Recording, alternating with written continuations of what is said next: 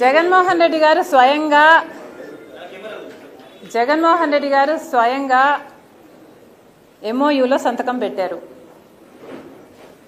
తన చెల్లెలికి అంటే నా బిడ్డలకి ఈ ఆస్తులు అన్నట్లుగా సంతకం పెట్టారు. ఇంతవరకు కూడా ఒక్క ఆస్తి కూడా నా చేతుల్లో పెట్టలేదు.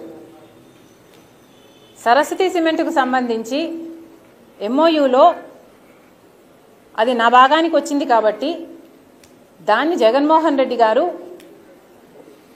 గిఫ్ట్ డీడ్ చేశాడు విజయమ్మ గారికి, నాకు కాదు. గిఫ్ట్ ఇచ్చేశాక షేర్స్ని ఇప్పుడు జగన్మోహన్ రెడ్డి గారు తల్లి మీదనే కేసు వేసి ఇచ్చిన షేర్లని నాకు మళ్ళీ వెనక్కి కావాలి అని అడుగుతున్నారు. ఇది జగన్మోహన్ రెడ్డి గారు ఆయన తల్లికి చేస్తున్న మోసం. జగన్మోహన్ రెడ్డి గారు నన్ను ఎఫెక్ట్ చేసే స్థాయి దాటిపోయారు.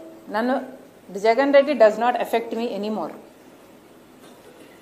నాకు ఆస్తులు ఇస్తాడా ఇవ్వడా అన్నది ఐ డోంట్ కేర్. కాకపోతే జగన్మోహన్ రెడ్డి గారు తల్లి మీద కేసు వేసిన వాడిగా మిగిలిపోతాడు.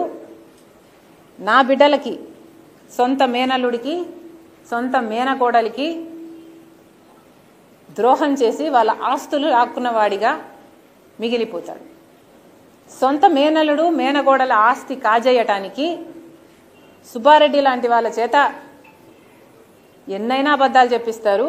సాయిరెడ్డి లాంటి వాళ్ళ చేత కూర్చోబెట్టుకొని ట్యూషన్ ఇచ్చి డిక్టేట్ చేసి మరీ ఎన్నైనా అబద్ధాలు చెప్పిస్తారు. ఇక జగన్ రెడ్డికి క్రెడిబిలిటీ ఉందో లేదో వైసీపీ వాళ్ళు ఆలోచన చేస్తారు.